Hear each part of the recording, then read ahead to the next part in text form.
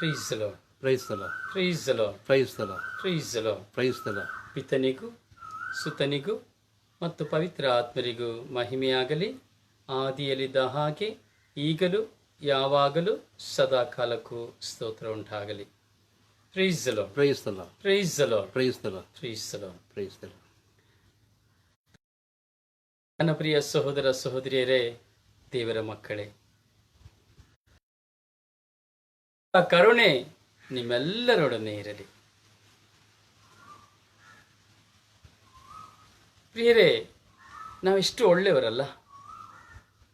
ನಾವು ಒಳ್ಳೆಯವರ ಕೆಟ್ಟವರ? ನಿಮ್ಮಲ್ಲಿ ನಾನು ಕೇಳ್ತೇನೆ, ನೀವು ಒಳ್ಳೆಯವರ ಕೆಟ್ಟವರ? Price the lord. ಕೆಲವರು ಹೇಳ್ಬೋದು ನಾನು ಒಳ್ಳೆಯವನು, ಕೆಲವರು ನಾನು ಕೆಟ್ಟವನು, ಇನ್ನು ಕೆಲವರು ನನ್ನಷ್ಟು ಕೆಟ್ಟವನು ಯಾರೂ ಇಲ್ಲ ಅಂತ. ಇಲ್ಲ, ನಾವೆಲ್ಲ ತುಂಬ ಒಳ್ಳೆಯವರು. ಯಾಕೆ ಗೊತ್ತುಂಟ?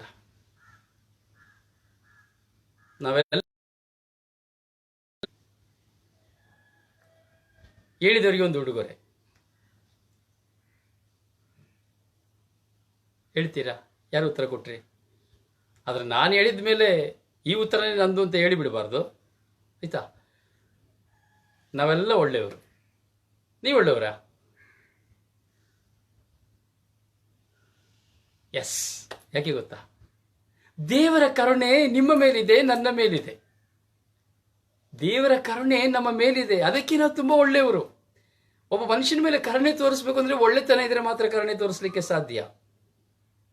ಒಬ್ಬ ಬಡವನ ಮೇಲೆ ಕರುಣೆ ತೋರಿಸ್ಬೇಕು ಅಂದ್ರೆ ಒಳ್ಳೆತನ ಇದ್ರೆ ಮಾತ್ರ ಕರುಣೆ ತೋರಿಸ್ಲಿಕ್ಕೆ ಸಾಧ್ಯ. ನಾವು ಒಳ್ಳೆಯವರಾಗಿದ್ರೆ ಮಾತ್ರ ಕರುಣೆ ತೋರಿಸ್ಲಿಕ್ಕೆ ಸಾಧ್ಯ. ಒಬ್ಬರಿಗೆ ಒಂದು ಲೋಟ ನೀರು ಕೊಡಬೇಕಂದ್ರೂ ಅಷ್ಟೇನೆ, ನಾವು ಒಳ್ಳೆಯವರಾಗಿದ್ರೆ ಮಾತ್ರ ಕೊಡ್ಲಿಕ್ಕೆ ಸಾಧ್ಯ, ಅಂದ್ರೆ ಕೊಡ್ಲಿಕ್ಕೆ ಸಾಧ್ಯ ಇಲ್ಲ. ಅದನ್ನ ಅಗಾಡಿಯಲ್ಲ. Praise the Lord. Praise the Lord. Praise the Lord. Praise the Lord. Praise the Lord. Praise the Lord. ನಗಾಡ್ತಾ ಇರಬೇಕು. ಯಾಕೆಂದ್ರೆ ಒಂದು ಹಾಡಿದೆ, ನಗುವುದೇ ಸ್ವರ್ಗ, ಅಳುವುದೇ ನರಕ. ಕೇಳಿರ್ಬೋದಲ್ಲ? ಅಳುವುದೇ ನರಕ, ನಗುವುದೇ ಸ್ವರ್ಗ. ನೋಡಿ, ಆ ಕೋಗಿಲು ಕೂಗ್ತಾ ಇದೆ, ಕೇಳುತ್ತಾ? ಅದು ನಗ್ತಾ ಇದೆಯಾ, ಅಳುತ್ತಾ ಇದೆಯಾ, ದುಃಖಿಸ್ತಾ ಇದೆಯಾ, ಚಿಂತಿಸ್ತಾ ಇದೆಯಾ? ನಮಗೆ ಗೊತ್ತಿಲ್ಲ. ಅದು ಕೂಗ್ತಾ ಇದೆ. ಅದನ್ನು ಕೂಗನ್ನು ಕೇಳುವಾಗ ನಮಗೆ ಸಂತೋಷ. ನಿಂತೋಯ್ತು. ಕಿವಿ ಕೇಳ್ತು ಅಂತ ಕಾಣ್ತದೆ. ನಿಮ್ಮೆಲ್ಲರ ಕಿವಿ ಅದಕ್ಕೆ ಕೇಳ್ತು ಅಂತ ಕಾಣ್ತದೆ. Praise the Lord. Praise the Lord. Praise the Lord. Praise the Lord. Praise the Lord. ಪ್ರಿಯರೇ, ಕೀರ್ತನೆಗಾರ 27ನೇ ಅಧ್ಯಾಯದಲ್ಲಿ 7ನೇ ತಾನೆ, ಪ್ರಭು ನಿನಗೆ ಮೊರೆ ಇಡುವೆನು, ಕರುಣಿಸನೆಗೆ ಸದುತ್ತರವನು ಎಂಬುದಾಗಿ. ನೋಡಿ, ಎಷ್ಟು ಒಳ್ಳೆಯ ಪ್ರಾರ್ಥನೆಯ ನುಡಿಗಳು. ಪ್ರಭು ನಿನಗೆ ನಾ ಮೊರೆ ಇಡುವೆನು, ಕರುಣಿಸೆನೆಗೆ ಸದುತ್ತರವನ್ನ. ಮೊರೆ ಇಡುವಾಗ ಮಾತ್ರ ಸದುತ್ತರವನ್ನ ನಾವು ಪಡೆದುಕೊಳ್ಳಲು ಸಾಧ್ಯ. ದೇವರ ಸನ್ನಿಧಿಯಲ್ಲಿ ನಾವು ಮೊರೆ ಇಡುತ್ತಾ ಇದ್ದೇವೆ, ದೇವರು ನಮಗೆ ಸದುತ್ತರವನ್ನ ಕೊಡುತ್ತಾ ಇದ್ದಾರೆ. ಆದರೆ ಕೆಲವು ಸಾರಿ ನಮಗೆ ಆ ಸದುತ್ತರ ಅರ್ಥ ಆಗ್ತಾ ಇಲ್ಲ.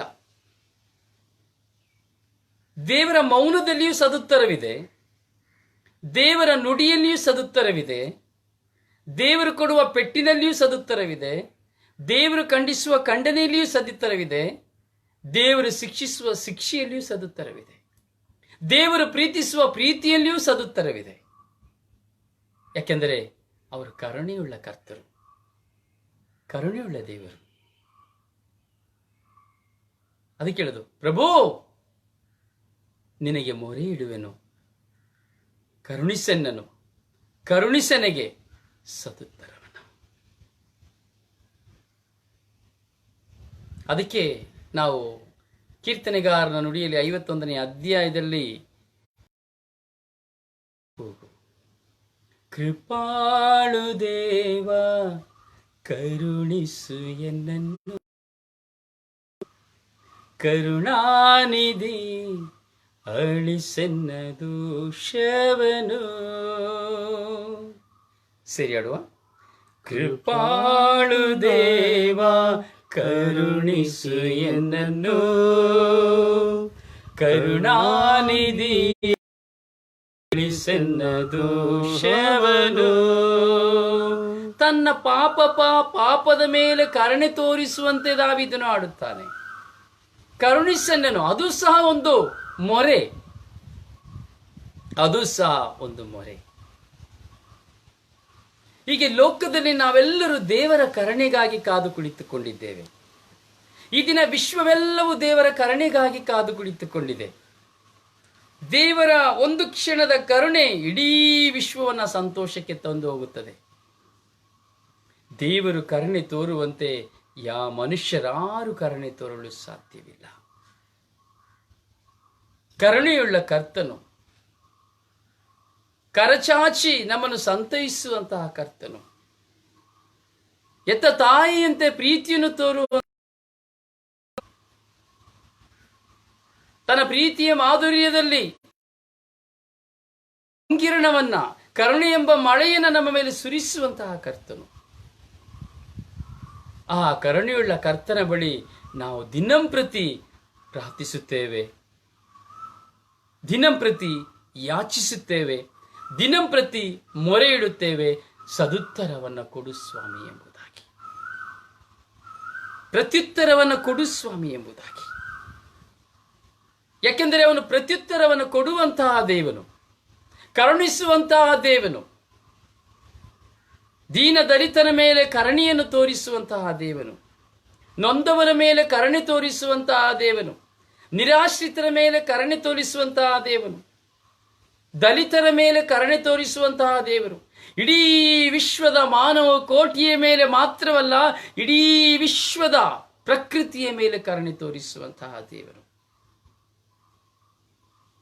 ಅದಕ್ಕೆ ನಾವು ಆಡ್ತೇವೆ, ಎಂಥ ಒಳ್ಳೆ ದೇವರು ನೀ ಯೇಸುವೆ, ನನ್ನ ಚಿಂತೆ ದೂರವಾಯಿತಲ್ಲ ನಿನ್ನ ಸೇರಲು. ಎಂಥ ಒಳ್ಳೆ ದೇವರು ನೀ ಯೇಸುವೆ, ನನ್ನ ಚಿಂತೆ ದೂರವಾಯಿತಲ್ಲ ನಿನ್ನ ಸೇರಲು.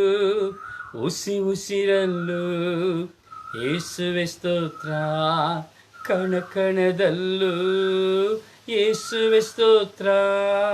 ಉಸಿರಲ್ಲೂ ಯೇಸುವೆ ಸ್ತೋತ್ರ, ಕಣಕಣದಲ್ಲೂ ಯೇಸುವೆ ಸ್ತೋತ್ರ.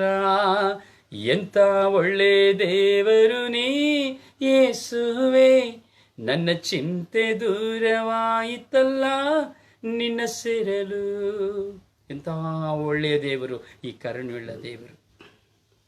ಆ ಒಳ್ಳೆಯ ದೇವರನ್ನ ನಾವು ಸಂಧಿಸುವಾಗ, ಆ ಒಳ್ಳೆಯ ದೇವರನ್ನ ನಾವು ಹುಡುಕುವಾಗ,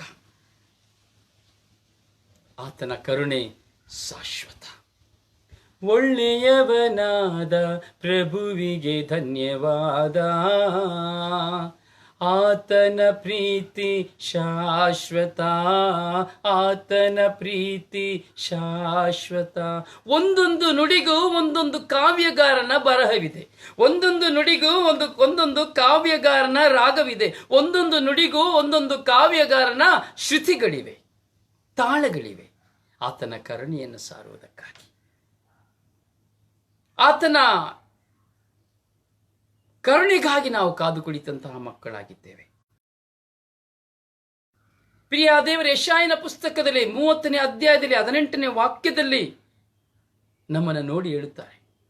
ಕುಗ್ಗಿ ಹೋಗಿರುವ ನಮ್ಮನ್ನು ನೋಡಿ ಹೇಳ್ತಾ ಇದ್ದಾರೆ, ಸೋತು ಹೋಗಿರುವ ನಮ್ಮನ್ನು ನೋಡಿ ಹೇಳ್ತಾ ಇದ್ದಾರೆ, ಬಿದ್ದು ಹೋಗಿರುವ ನಮ್ಮನ್ನು ನೋಡಿ ಹೇಳ್ತಾ ಇದ್ದಾರೆ, ಕಂಗಾಲಾಗಿ ಹೋಗಿರುವ ನಮ್ಮನ್ನು ನೋಡಿ ಹೇಳ್ತಾ ಇದ್ದಾರೆ.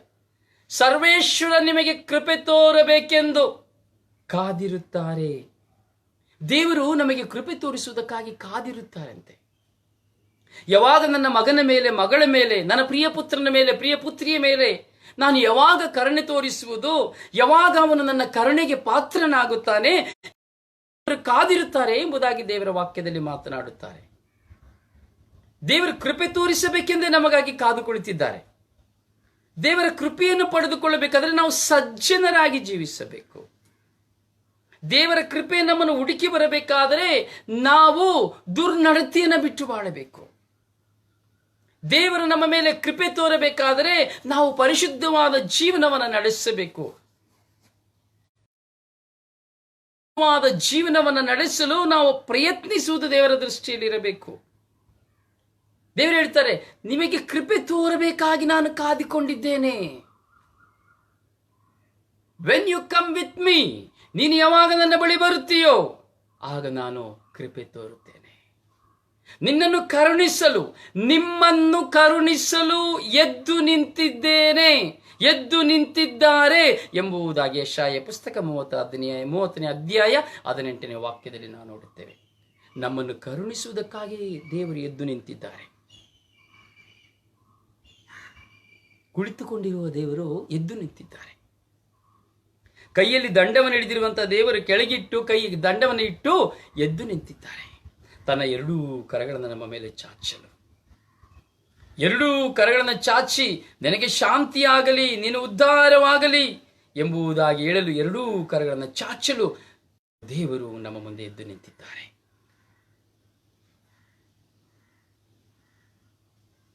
ಯಾಕೆಂದರೆ ನಮಗೆ ಕರುಣೆಯನ್ನು ತೋರಿಸುವುದಕ್ಕಾಗಿ ಕರುಣಾಕರನಾಗಿ ನಿಂತಿದ್ದಾನೆ.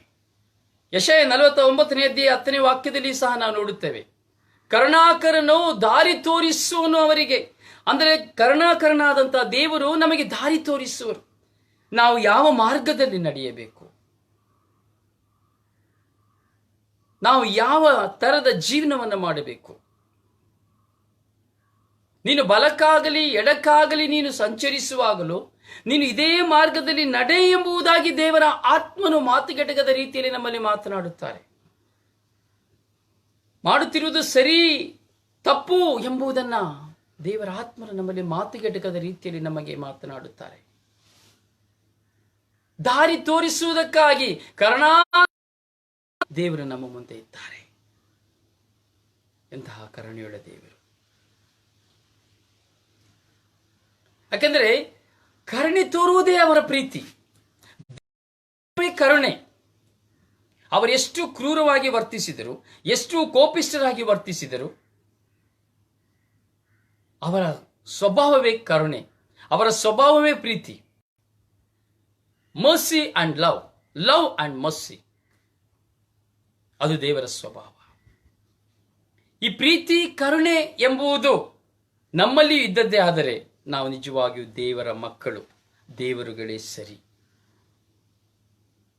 ನಮ್ಮಲ್ಲಿ ಪ್ರೀತಿ ಕರುಣೆ ಎರಡೂ ಇರಬೇಕು.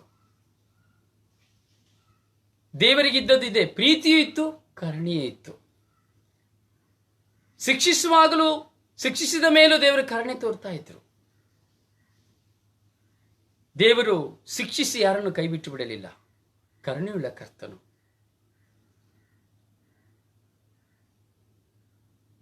ಯಾಕೆಂದರೆ ಯೆಶಾಯನ ಪುಸ್ತಕ 60ನೇ ಅಧ್ಯಾಯ 10ನೇ ವಾಕ್ಯವನ್ನು ನಾವು ಧ್ಯಾನಿಸಿ ಬರ್ತೇವೆ. ನಿನ್ನನ್ನು ಕೋಪದಿಂದ, ಆದರೆ ಕರುಣಿಸುವೆನು ಕೃಪೆಯಿಂದ. ಶಿಕ್ಷಿಸುವೆ ನಿನ್ನನ್ನು ಕೋಪದಿಂದ, ಆದರೆ ಕರುಣಿಸುವೆ ಕೃಪೆಯಿಂದ. ನೋಡಿ, ಎಂತ ನುಡಿಯೊಂದಿಗೆ ನಮ್ಮನ್ನು ಸಾಂತ್ವನ ಕೊಡ್ತಾರೆ. ನಮ್ಮನ್ನು ಶಿಕ್ಷಿಸ್ತಾರೆ, ಹೌದು, ಹಲವು ವಿಧದಲ್ಲಿ ಶಿಕ್ಷಿಸ್ತಾರೆ ಕಣಪ್ಪೋ. ಪ್ರೀತಿಸುವಾಗ ಶಿಕ್ಷಿಸ್ತಾ ಇರ್ತಾರ. ಒಂದು ತಾಯಿ ತನ್ನ ಮಗುವಿಗೆ ಊಟವನ್ನು ಕೊಡ್ತಾಳೆ, ಊಟವನ್ನು ತುತ್ತು ಕೊಡ್ತಾಳೆ. ಮಗು ತಿಂದ ಹೋದ್ರೆ ಏನು ಮಾಡ್ತಾಳೆ? ಬೊಬ್ಬೆ ಹಾಕ್ತಾಳೆ, ಪೆಟ್ಟು ಕೊಡ್ತಾಳೆ. ಆ ಪೆಟ್ಟು ಕೊಡುವ ಸಂಕೇತ ಏನು? ಅಲ್ಲಿ ಕರುಣೆಯನ್ನು ತೋರ್ತಾ ಇದ್ದಾಳೆ, ಕರುಣೆಯ ಹೃದಯವನ್ನು ತೋರಿಸ್ತಾಳೆ ತಾಯಿ. ತನ್ನ ಮಗು ಊಟ ಮಾಡಲಿ ಎಂಬುದಾಗಿ ಶಿಕ್ಷಿಸುತ್ತಾಳೆ. ಕರುಣೆಯ ಅದು ಅವಳು ತನ್ನ ಮಗು ಊಟ ಮಾಡಬೇಕೆಂಬ ಉದ್ದೇಶದಿಂದ, ವೈರಾಗ್ಯದ ಉದ್ದೇಶದಿಂದ ಅಲ್ಲ. ಮಗುವಿಗೆ ಪೆಟ್ಟನ್ನು ಕೊಡುತ್ತಾಳೆ. ಆ ಮಗು ಉಣ್ಣುವವರೆಗೂ ಸಮಾಧಾನವಾಗಿರ್ತಾಳೆ. ಉಂಡ ಮೇಲೆ, ಆ ಮಗು ತಿಂದ ಮೇಲೆ ಅವಳನ್ನು ಅಪ್ಪಿಕೊಳ್ಳುತ್ತಾಳೆ. ಕೋಪದಿಂದ ಶಿಕ್ಷಿಸ್ತಾರೆ. ಅದು ಮಾತ್ರವಲ್ಲ, ತಪ್ಪು ಮಾಡುವಾಗ ಎತ್ತ ತಂದೆ ತಾಯಂದಿರಾಗಿರುವಂಥ ನಾವುಗಳು ನಮ್ಮ ಮಕ್ಕಳನ್ನು ಶಿಕ್ಷಿಸ್ತೇವೆ. ಅವರು ಮಾಡಿದ ತಪ್ಪಿನ ನಿಮಿತ್ತವಾಗಿ ನಾವು ಕೋಪಗಳನ್ನು ಶಿಕ್ಷಿಸ್ತೇವೆ. ಹೌದಲ್ಲ? ನಮ್ಮ ಮಕ್ಕಳು ತಪ್ಪು ಮಾಡಿದ್ರೆ ನಾವು ಶಿಕ್ಷಿಸ್ತೀವೋ ಇಲ್ವೋ? ಶಿಕ್ಷಿಸ್ತೇವೆ. ಆಮೇಲೆ ಏನು ಮಾಡ್ತೇವೆ? ಕರೆದು ಮುದ್ದು ಮಾಡ್ತೇವೆ. ಕಿಸೆಯಲ್ಲಿ ಕೈ ಹಾಕಿ, ತಗೋ ಹೋಗಿ ಚಾಕ್ಲೇಟ್ ತಗೋ, ಬಿಸ್ಕೆಟ್ ತಗೋ, ಅದು ತಿನ್ನು, ಇದು ತಿನ್ನು ಅಂತ ಕಿಸೆಗೆ ಕೈ ಹಾಕಿ ಕೊಡ್ತೇವೆ. ಇಲ್ಲ ತೊಡೆ ಮೇಲೆ ಕೂರಿಸ್ಕೊಳ್ತೇವೆ, ಮುದ್ದು ಮಾಡ್ತೇವೆ, ಒಳ್ಳೆಯ ಮಾತುಗಳನ್ನು ಮಾತನಾಡ್ತೇವೆ.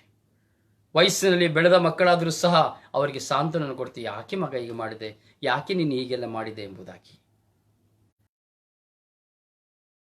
ಶಿಕ್ಷೆಯೂ ಸಹ ಪ್ರೀತಿಯ ಸಂಕೇತ, ಕರುಣೆಯೂ ಸಹ ಪ್ರೀತಿಯ ಸಂಕೇತ. ಪರಿವರ್ತನೆಗೊಳ್ಳುವುದಕ್ಕಾಗಿ, ಪರಿವರ್ತಿಸುವುದಕ್ಕಾಗಿ. ಹೀಗೆ ಮನುಷ್ಯರಾದ ನಾವೇ ಇಷ್ಟರ ಮಟ್ಟಿಗೆ ನಮ್ಮ ಮಕ್ಕಳನ್ನ ಶಿಕ್ಷಿಸಿ ಅಥವಾ ದಂಡಿಸಿ ಅಥವಾ ಪೆಟ್ಟು ಕೊಟ್ಟು ನಾವು ಪೋಷಿಸಿ ಪ್ರೀತಿಯನ್ನು ಕೊಡಬೇಕಾದರೆ, ಕರುಣೆಯನ್ನು ತೋರಿಸ್ತೇವೆ ಅನ್ನೋದಾದರೆ, ಇನ್ನು ಆ ದೇವರ ಕರುಣೆಯನ್ನೆಷ್ಟರ ಮಟ್ಟಿಗೆ ಶ್ರೇಷ್ಠ ಎಂಬುದನ್ನು ಯೋಚಿಸಬೇಕು. ಹಾಗಾದರೆ ದೇವರು ನಮ್ಮ ಮುಂದೆ ತರುವಂತಹ ಹೋರಾಟಗಳು, ದೇವರು ನಮ್ಮನ್ನು ಶಿಕ್ಷಿಸುವಂತಹ ಶಿಕ್ಷೆಗಳು ಕೋಪದಿಂದ ಎಂಬುದಾಗಿದ್ದರೂ ಸಹ ಆ ಕೋಪದ ಹಿಂದೆ ದೇವರ ಕರುಣೆ ಧಾರಾಕಾರವಾಗಿ ಕಡಲಂತೆ ತುಂಬಿರುತ್ತದೆ ಕರುಣೆ.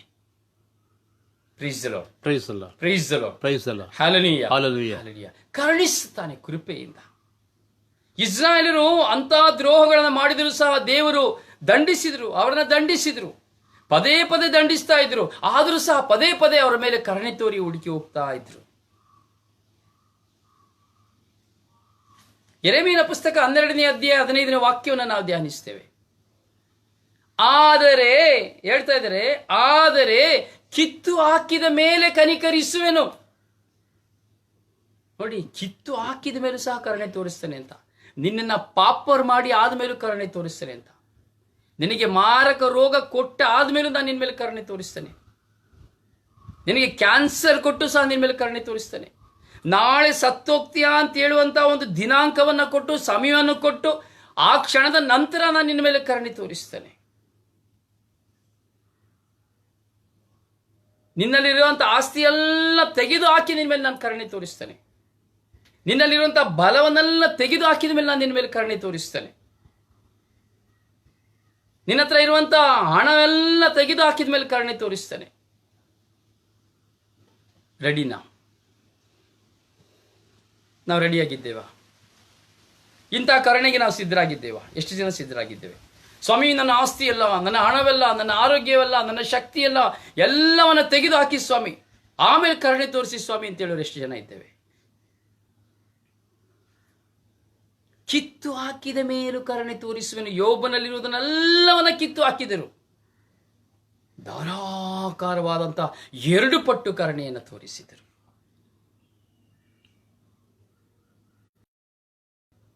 ಕಿತ್ತು ಹಾಕಿದ ಮೇಲೆ ನಾ ಕನಿಕರಿಸುವೆನು. ಹೌದು ಪ್ರಿಯರೇ,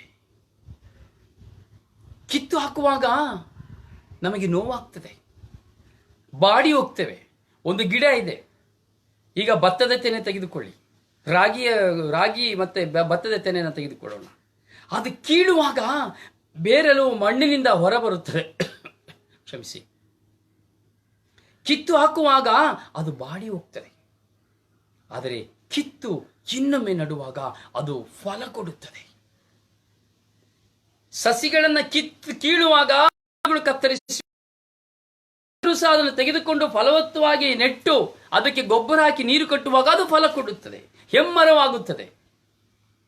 ಹೀಗೆ ಕಿತ್ತು ಹಾಕಿದ ಮೇಲೆ ಮನುಷ್ಯರಾಗಿರುವಂತಹ ನಮ್ಮ ಜೀವನದಲ್ಲಿ ದೇವರು ಕೊಟ್ಟಂತಹ ಕೊಡುಗೆಗಳಾಗಬಹುದು, ಆಸ್ತಿ ಅಂತಸ್ತಾಗಬಹುದು, ಆರೋಗ್ಯವಾಗಬಹುದು, ಅಥವಾ ಯಾವುದೇ ಸ್ಥಾನಮಾನಗಳಾಗಬಹುದು, ದೇವರು ಕಿತ್ತು ಹಾಕಿದ ಮೇಲೆ ಮತ್ತೆ ಕನಿಕರಿಸುತ್ತಾರೆ. ಅದರ ಮೂಲಕವಾಗಿ ನಮಗೆ ಇನ್ನೂ ದುಪ್ಪಟ್ಟವಾದ ಆಶೀರ್ವಾದ ನಮ್ಮ ಜೀವನದಲ್ಲಿ ಕೊಡುತ್ತಾರೆ.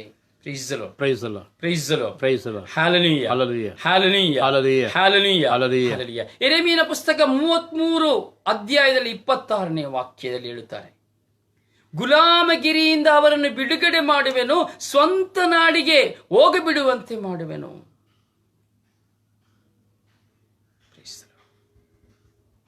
ಗುಲಾಮಗಿರಿಯಿಂದ ನಾನು ಬಿಡುಗಡೆ ಮಾಡುವೆನು. ಹಿಜ್ಕೀಯನನ್ನು ಸಾವಿಗೆ ಹೋಗುವಂತಹ ಸಂದರ್ಭ, ರೋಗಿಯಾಗಿದ್ದ, ದೇವರು ಕರುಣೆ ತೋರಿಸಿ ಜೀವವನ್ನು ಕೊಟ್ಟರು. 15 ವರ್ಷ ಆಯುಸ್ಸನ್ನು ಕೊಟ್ಟರು. ದೇವರು ಕರುಣಿಸುವಂತಹ ದೇವರು. ಜೋಸೆಫನ ಗುಲಾಮಗಿರಿಗೆ ಕಾರಣನಾದನು. ದೇವರು ಕರುಣಿಸಿ ಜೋಸೆಫನ ಮೂಲಕವಾಗಿ ಆಶೀರ್ವಾದವನ್ನು ಉಂಟು ಮಾಡಿದರು. ದೇವರು ಕರುಣೆಯನ್ನು ತೋರಿಯೇ ತೋರಿಸುವನೆಂಬುದಾಗಿ ಹೇಳ್ತಾ ಇದ್ದಾರೆ.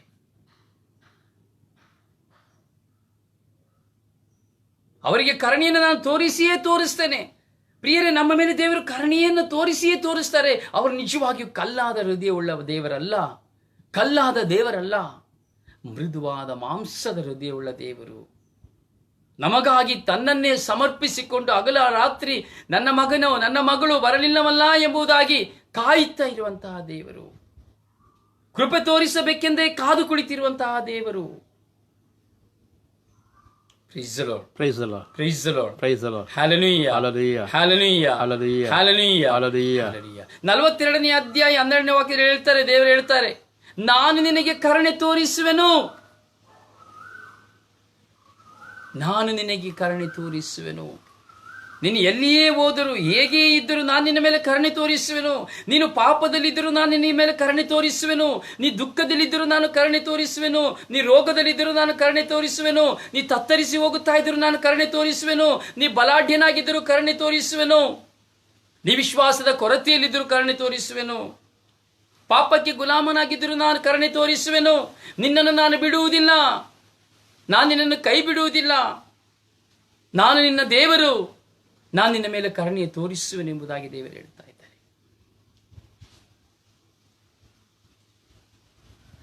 ಯಾಕೆಂದರೆ ಈ ಲೋಕವೇ ದೇವರ ಕರುಣೆಯಿಂದ ತುಂಬಿದೆ. ನಾವೆಲ್ಲರೂ ದೇವರ ಕರುಣೆಯಲ್ಲಿ ಒಂದಾಗಿದ್ದೇವೆ. ಆ ದೇವರ ಕರುಣೆ ನಮ್ಮ ಮೇಲೆ ಕೃಪೆಯಾಗಿ ಸುರಿಯಲ್ಪಡುತ್ತಾ ಇದೆ. ಅದಕ್ಕಾಗಿಯೇ ನೋಡಿ, ಇಂದಿಗೂ ಸಹ ನಾವು ಆರೋಗ್ಯವಾಗಿದ್ದೇವೆ, ಇಂದಿಗೂ ಸಹ ನಾವು ಸಂತೋಷವಾಗಿದ್ದೇವೆ. ದೇವರ ಕೃಪೆಯಿಂದ ತುಂಬಿದವರಾಗಿ ದೇವರಲ್ಲಿ ಭರವಸೆ ಇಟ್ಟಂತಹ ನಾವು ದೇವರ ಮಕ್ಕಳಾಗಿ ಜೀವಿಸುತ್ತಾ ಇದ್ದೇವೆ. ನಮ್ಮ ಮುಂದೆ ಎಂತಹ ಪಾಪ ಶೋಧನೆಗಳು, ಯಾವುದೇ ವೇದನೆಗಳು ನಮ್ಮನ್ನು ಆವರಿಸಿಕೊಂಡರೂ ಸಹ ದೇವರಲ್ಲಿ ಸಮರ್ಪಿಸುತ್ತಾ, ದೇವರ ಮೇಲೆ ಭರವಸೆ ಇಡುತ್ತಾ ನಾವು ದೇವರಿಗಾಗಿ ಕಾದು ಕುಳಿತುಕೊಂಡಿದ್ದೇವೆ. ಕೀರ್ತನೆಗಾರ 109ನೇ ಅಧ್ಯಾಯದಲ್ಲಿ 58ನೇ ವಾಕ್ಯದಲ್ಲಿ ಹೇಳುವುದನ್ನು ನಾವು ನೋಡ್ತೇವೆ. ನಿನ್ನ ಕರುಣೆಯನ್ನು ಕೋರಿ ಏನು ಮನಸ್ಸಾರೆ, ಪ್ರಸನ್ನನಾಗು ನಿನ್ನ ನುಡಿಗನುಸಾರ. ಸ್ವಾಮಿ, ನಿನ್ನ ಕರುಣೆಗಾಗಿ ನಾನು ಕಾದಿದ್ದೇನೆ, ಮನಸ್ಸಾರ ನಾನು ಕಾದಿದ್ದೇನೆ. ಪ್ರಸನ್ನನಾಗು ಸ್ವಾಮಿ, ಪ್ರಸನ್ನನಾಗು ಸ್ವಾಮಿ. ನಿನ್ನ ನುಡಿಗಾನುಸಾರ ನೀನು ವಾಗ್ದಾನವನ್ನು ಕೊಟ್ಟಿದ್ಯಾ, ವಾಗ್ದಾನದ ದೇವರು ನೀನು ಸ್ವಾಮಿ. ನೀನು ಕೈ ಬಿಡುವ ದೇವರಲ್ಲ. ಎತ್ತ ತಾಯಿ ನಿನ್ನನ್ನು ಮರೆತರು ನಾನು ನಿನ್ನನ್ನು ಮರೆಯುವುದಿಲ್ಲ ಎಂದು ವಾಗ್ದಾನ ಮಾಡಿದಂತಹ ದೇವರು. ಸ್ವಾಮಿ, ನಿಮ್ಮ ಕರುಣೆ ಮನಸ್ಸಾರೆ ಕಾದು ಕುಳಿತಿದ್ದೇನೆ. ಸ್ವಾಮಿ, ನೀ ನುಡಿದ ಮಾತುಗಳನ್ನು ಸ್ಮರಿಸಿ ನನ್ನನ್ನು ಕರುಣಿಸು. ಕೇಳಬೇಕು, ನಾವು ಪ್ರಾರ್ಥನೆಯಾಗಿ ಕೇಳಬೇಕು. ನಾವು ದೇವರ ಕರುಣೆ ನಮ್ಮ ಮೇಲೆ ಬೀಳುವಂತೆ ನಾವು ಪ್ರಾರ್ಥಿಸಬೇಕು. ಅದಕ್ಕೆ ನಾವು ಕರುಣೆಯ ಜಪಸರವನ್ನು ಹೇಳ್ತೇವೆ. ಸಂತ ಪೌಸ್ಟಿನಮ್ಮನವರು ಕಲಿಸಿಕೊಟ್ಟಂತ ಕರುಣೆಯ ಜಪಸರವನ್ನು. ಅತಿ ದಾರುಣವಾದ ಶಿಲುಬೆಯ ಯಾತನೆ ಮತ್ತು ಮರಣದ ಫಲವಾಗಿ ಅಪಾಪಿತನೇ ನಮ್ಮ ಮೇಲೆಯೂ ಇಡೀ ಲೋಕದ ಮೇಲೆಯೂ ಕರುಣೆಯಾಗಿರಿ ಎಂಬುದಾಗಿ. ಲೋಕದ ಮೇಲೆ ಕರುಣೆ ತೋರಿ ಅಂದ್ರೆ ಮುಗಿದೋಯ್ತು. ಟೋಟಲಿ ಲೋಕದಲ್ಲಿರುವಂತಹ ಎಲ್ಲರ ಮೇಲೆ, ಮನುಷ್ಯ, ಪ್ರಾಣಿ, ಮೃಗ, ಜಲ, ಜಂತು ಎಲ್ಲದರ ಮೇಲೆ ಅತಿ ದಾರುಣವಾದ ಶಿಲುಬೆಯ ಯಾತನೆ ಮತ್ತು ಮರಣದ ಫಲವಾಗಿ ಅಪಾಪಿತನೇ ನಮ್ಮ ಮೇಲೆ ಇಡೀ ಲೋಕದ ಮೇಲೆ ಕರುಣೆಯಾಗಿರಿ. ಕರುಣೆಗಾಗಿ ಪ್ರಾರ್ಥಿಸುವಂಥದ್ದು. ಪ್ರಿಯ, ನಾವು ವೈಯಕ್ತಿಕ ಪ್ರಾರ್ಥನೆಯಲ್ಲಿಯೂ ಸಹ ನಾವು ಕರುಣೆಗಾಗಿ ಪ್ರಾರ್ಥಿಸಬೇಕು. ದೇವರೇ ನಮ್ಮ ಮೇಲೆ ಕರುಣೆ ತೋರಿ, ದಯೆ ತೋರಿ ಎಂದು ಮಾತ್ರ ನಾವು ಪ್ರಾರ್ಥಿಸಬೇಕು. ಒಬ್ಬೊಬ್ಬರ ಮೇಲೆ ನಾವು ಕರುಣೆ ತೋರಿ, ದಯೆ ತೋರ್ಲಿಕ್ಕಾಗಿ ಪ್ರಾರ್ಥಿಸಬೇಕು. ಸ್ವಾಮಿ, ಅವ್ರನ್ನ ಮುಟ್ಟು, ಸ್ವಾಮಿ ಅವರು ಹಾಗೆ ಮಾಡ್ತಾ ಇದ್ದಾರೆ, ಇವ್ರು ಹೀಗೆ ಮಾಡ್ತಾ ಇದ್ದಾರೆ, ಅದು ಮಾಡ್ತಾ ಇದ್ದಾರೆ, ಇದು ಮಾಡ್ತಾ ಇದ್ದಾರೆ. No complaints in prayer. ಪ್ರಾರ್ಥನೆ ಎಂಬುದು ಕಂಪ್ಲೇಂಟ್ ಅಲ್ಲ, ಅಪವಾದ ಹೊರಿಸುವುದಲ್ಲ. ಪ್ರಾರ್ಥನೆ ಎಂಬುದು ಮರ್ಸಿ, ಕರುಣೆ. ಕರುಣೆ ತೋರಿ ಸ್ವಾಮಿ, ನನ್ನನ್ನು ಹೀಯಾಳಿಸಿದ ಮಗನ ಮೇಲೆ ಕರುಣೆ ತೋರಿ, ನನ್ನನ್ನು ನಿಂದಿಸಿದ ಮಕ್ಕಳ ಮೇಲೆ ಕರುಣೆ ತೋರಿ, ನನ್ನನ್ನು ಸ್ವಾಮಿ ನಾಶ ಮಾಡಲು ಯತ್ನಿಸುವ ಮಕ್ಕಳ ಮೇಲೆ ಕರುಣೆ ತೋರಿ, ಸ್ವಾಮಿ ನನ್ನ ಹಿಂಸಿಸುವವರ ಮೇಲೆ ಕರುಣೆ ತೋರಿ, ನನ್ನ ಕುಟುಂಬದ ಮೇಲೆ ಕರುಣೆ ತೋರಿ. ಒಬ್ಬೊಬ್ಬರನ್ನ, ಒಂದೊಂದು ವ್ಯಕ್ತಿಗಳನ್ನ ಕಣ್ಣು ಮುಂದೆ ತಂದು ಕರುಣೆ ತೋರಿ, ಸ್ವಾಮಿಯವರ ಮೇಲೆ ದಯೆ ತೋರಿ ಎಂದು ಹೇಳುವುದೇ ನಿಜವಾದ ಪ್ರಾರ್ಥನೆ. ಕರುಣೆಯನ್ನು ಕೋರಿದೆ ಮನಸ್ಸಾರೆ ನಾವು ಕರುಣೆಯನ್ನು ಕೋರಬೇಕು ದೇವರಲ್ಲಿ. ಮನಸ್ಸಿನಿಂದ, ಹೃದಯದಿಂದ ನಾವು ಕರುಣೆಯನ್ನು ಕೋರಬೇಕು. ನಮ್ಮ ಪ್ರಾರ್ಥನೆ ಅಷ್ಟು ಬಲವಾಗಿರಬೇಕು, ಅಷ್ಟು ಶ್ರೇಷ್ಠವಾಗಿರಬೇಕು, ಅಷ್ಟು ಉನ್ನತವಾಗಿರಬೇಕು. ಕರುಣೆಯೇ ಹೃದಯದಿಂದ ಇದ್ದರೆ ಮಾತ್ರವೇ ನಾವು ನಿಜವಾಗಿಯೂ ದೇವರನ್ನು ಕಂಡುಕೊಳ್ಳಲು ಸಾಧ್ಯ, ದೇವರ ಮಗನು ಮಗಳು ಎಂದೆನಿಸಿಕೊಳ್ಳಲು ಸಾಧ್ಯ.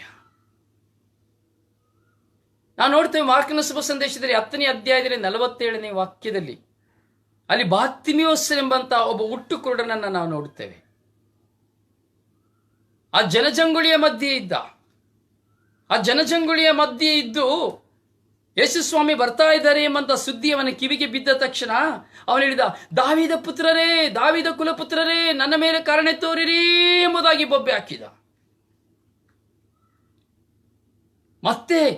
ಮತ್ತೆ ಹೇಳಿದ, ದಾವೀದ ಕುಲಪುತ್ರರೇ, ನನ್ನ ಮೇಲೆ ಕರುಣೆ ತೋರಿರಿ ಎಂಬುದಾಗಿ ಮತ್ತೆ ಬೊಬ್ಬೆ ಹಾಕಿದ. ಜನರು ಹೇಳಿದ್ರು, ಬಾಯ್ ಮುಚ್ಚ್, ಯಾಕೆ ಬೊಬ್ಬೆ ಆಗ್ತಾ ಇದೆ, ಯಾಕೆ ಗುರಿಗೆ ತೊಂದರೆ ಕೊಡ್ತಾ ಇದೆ, ನೀನು ನಿಂತ್ಕೋ, ನೀನು ಕುರುಡ, ನೀನು ಆ ಕಡೆ, ನಿನಗೇನು ಕಾಣ್ತದೆ, ನಿನಗೇನು ಕಣ್ ಕಾಣ್ತದ, ಹೋಗೋ ಆ ಕಡೆ ಸೈಡಿಗೆ ನಿಂತ್ಕೋ, ಸುಮ್ಮನೆ ಯಾಕೆ ಬೊಬ್ಬೆ ಆಗ್ತೀನಿ, ನೀನು ಯಾಕೆ ಸುಮ್ಮನೆ ಕಿರಿಸ್ತೀಯ ನೀನು, ಎಲ್ಲ ಗದರಿಸಿದ್ರು, ಅವನ್ನ ಸೈಡಿಗೆ ತಳ್ಳಿದ್ರು. ಆದರೂ ಅವನು ಬಿಡಲಿಲ್ಲ. ಮತ್ತೆ ಹೇಳಿದ, ದಾವೀದ ಪುತ್ರರೇ, ನನ್ನ ಮೇಲೆ ದಯೆ ತೋರಿರಿ, ನನ್ನ ಮೇಲೆ ಕರುಣೆ ತೋರಿರಿ ಎಂಬುದಾಗಿ ಕೂಗಿದ. ಅಲ್ಲಿ ಸಂಭವಿಸಿದ್ದು ಏನು? ಅವನ ಶಬ್ದ ಯೇಸುವಿನ ಕಿವಿಗೆ ಬಿತ್ತು. ಅಂದರೆ ಆ ಶಬ್ದದಲ್ಲಿ ಒಂದು ಶಕ್ತಿ ಇತ್ತು, ಆ ಶಬ್ದದಲ್ಲಿ ವಿಶ್ವಾಸವಿತ್ತು. ಆ ಶಬ್ದ ಅವನ ವಿಶ್ವಾಸವಾಗಿತ್ತು. ಅವನು ಬರೀ ಯೇಸು ದಾವೀದ ಕುಲಪುತ್ರರಿಂದ ಶಬ್ದದಿಂದ ಬಾಯಿಂದ ಹೇಳಲಿಲ್ಲ, ಹೃದಯದಿಂದ ಅವನು ಕೂಗಿ ಕರೆದಂತ ಶಬ್ದ ಪ್ರಭುವಿನ ಕಿವಿಗೆ ಬಿತ್ತು. ಅವನ ವಿಶ್ವಾಸದ ಕೂಗೋದು, ಆ ಶಬ್ದದಲ್ಲಿ ಒಂದು ವಿಶ್ವಾಸವಿತ್ತು, ಆ ಶಬ್ದದಲ್ಲಿ ಒಂದು ಪಿಟಿಷನ್ ಇತ್ತು, ಒಂದು ಕೋರಿಕೆ ಇತ್ತು. ಆ ಶಬ್ದದಲ್ಲಿ ಒಂದು ಜೀವವಿತ್ತು. ಆ ಜೀವ ಪ್ರಭು ಯೇಸುವಿನ ಕರೆಯಿತು. ತಕ್ಷಣ ಯೇಸು ಸ್ವಾಮಿ ನಿಂತು ತಿರುಗಿದರು.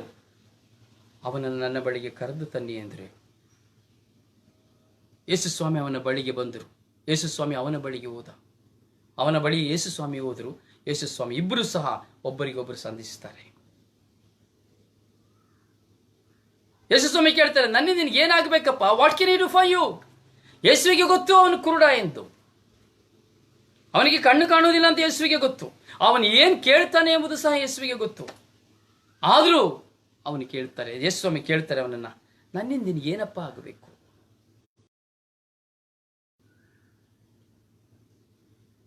ಇಂದಿಗೂ ಸಹ ನಾವು ಯೇಸುವನ್ನು ಕೂಗ್ತಾ ಇದ್ದೇವೆ. ಈಗ ಕುಳಿತ ಜಾಗದಲ್ಲಿ ನೀವು ಯೇಸುವನ್ನು ಕೂಗ್ತಾ ಇರಬಹುದು. ಯೇಸುವಿಗೆ ನೀವು ಗೊತ್ತು, ನಿಮ್ಮನ್ನ ಯೇಸುವಿಗೆ ಗೊತ್ತು.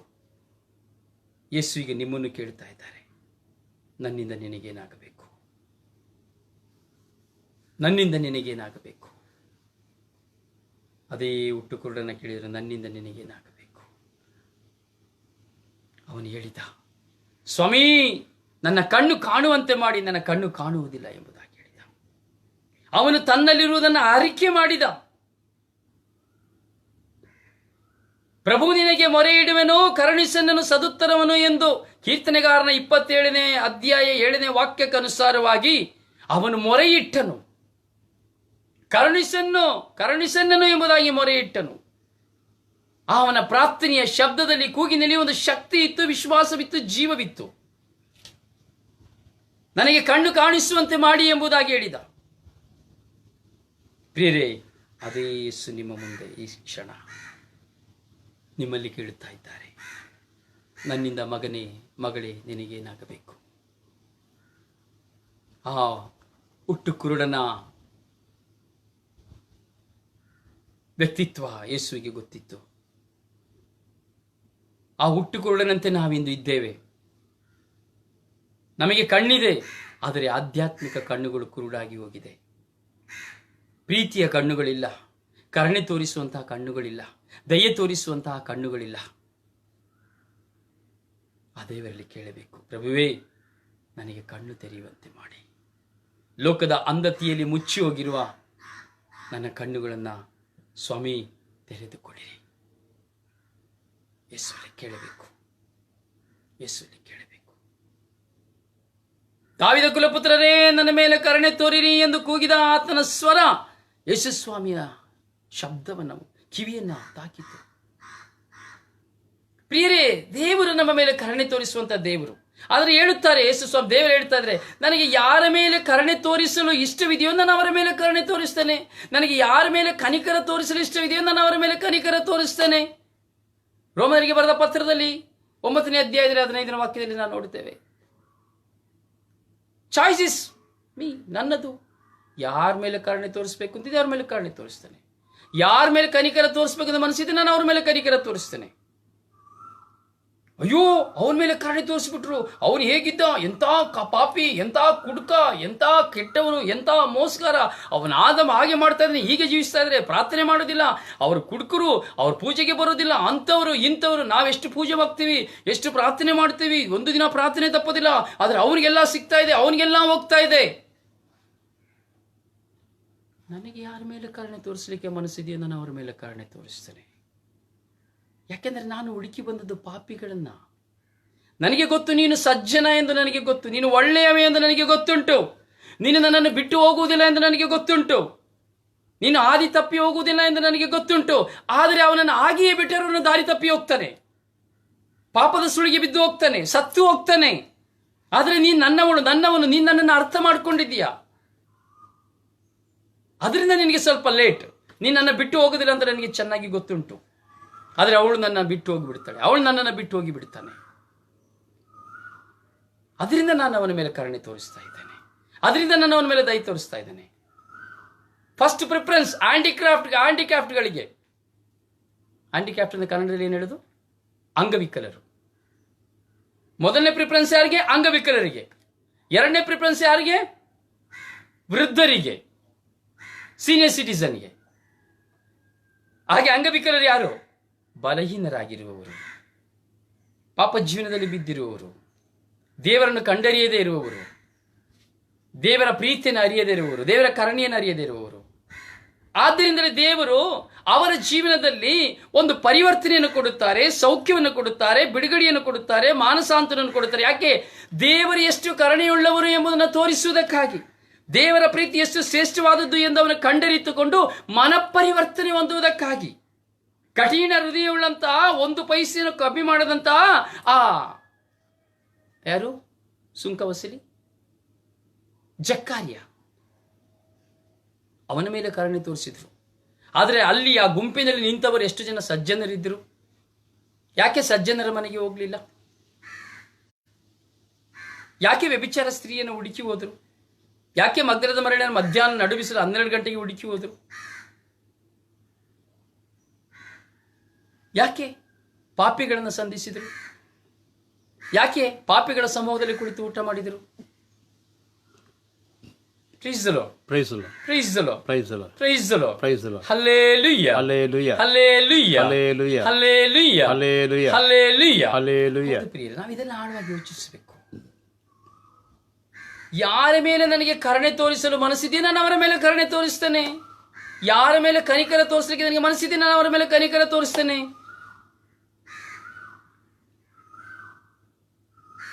ಅವನನ್ನ ಕಂಡು ಇವಳನ್ನ ಕಂಡು ನಾನು ನಿಂದಿಸಿ ದೂಷಿಸುವುದು ಯಾಕೆ?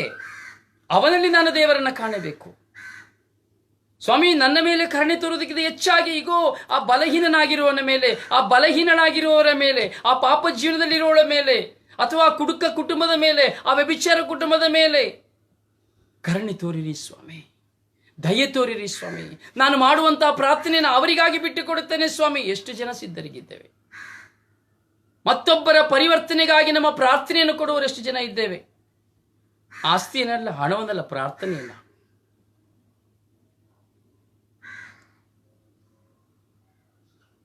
ತನಗಾಗಿ ಬಾಳುವುದು ಬಾಳಲ್ಲ, ಹೌದಾ? ತನಗಾಗಿ ಬೆಳಗುವುದು ದೀಪವಲ್ಲ, ತನಗಾಗಿ ಹರಳುವುದು ಹೂವಲ್ಲ, ತನಗಾಗಿ ಜೀವಿಪುದು ಜೀವನವಲ್ಲ, ತನಗಾಗಿ ಬಾಳುವುದು ಬಾಳಲ್ಲ. ಎಂಬುದನರಿತು ಕೂಡಿ ಬಾಳೋಣ. ಕೂಡಿ ಬಾಳಬೇಕು. ನಮಗಾಗಿ ಬಾಳುವುದು ಬಾಳಲ್ಲ. ಒಂದು ಹೂ ಪರರಿಗಾಗಿ, ಒಂದು ದೀಪ ಬೆಳಕು ಪರರಿಗಾಗಿ, ಹಾಗೆ ನಮ್ಮ ಜೀವನವು ಪರರಿಗಾಗಿ ಆಗಬೇಕು. ಅದೇ ಕರುಣೆಯುಳ್ಳ ಹೃದಯ, ದೇವರ ಆತ್ಮವನ್ನ ಹೊಂದಿದಂತಹ ಹೃದಯ. ಪ್ರಿಯರೇ, ನಮ್ಮ ಜೀವನದಲ್ಲಿ ನಾವು ಧ್ಯಾನಿಸ್ತಾ ಇದ್ದೇವೆ. ದೇವರ ಕರುಣೆಗಾಗಿ ನಾವು ಪ್ರಾರ್ಥಿಸಬೇಕು. ದೇವರ ಕರುಣೆ ಪ್ರತಿಯೊಬ್ಬರ ಮನುಷ್ಯರ ಮೇಲೆ ಬೀರುವಂತೆ ನಾವು ಪ್ರಾರ್ಥಿಸಬೇಕು. ಪ್ರಿಯರೇ, ನಾವು ದೇವರ ವಾಕ್ಯವನ್ನು ನಾವು ತೆಗೆದುಕೊಳ್ಳುತ್ತೇವೆ. ಅದೇ ನಾವು ಕೀರ್ತನೆಗಾರ 86ನೇ ಅಧ್ಯಾಯದಲ್ಲಿ 3ನೇ ವಾಕ್ಯದಲ್ಲಿ ನಾವು ಇನ್ನೊಂದು ವಾಕ್ಯವನ್ನು ನಾವು ನೋಡ್ತೇವೆ. ನೀ ನನಗೆ ದೇವನು, ಕರುಣಿಸೆನ್ನನು, ದಿನವೆಲ್ಲ ಪ್ರಭು ನಿನಗೆ ಮೊರೆ ಇಡುವೆನು. Price the lord. ನೀ ನನಗೆ ದೇವನು, ದಿನವೆಲ್ಲ ನಿನಗೆ ನಾ ಮೊರೆ ಇಡುವೆನು. ದಿನವೆಲ್ಲ, ಎವ್ರಿ ಡೇ.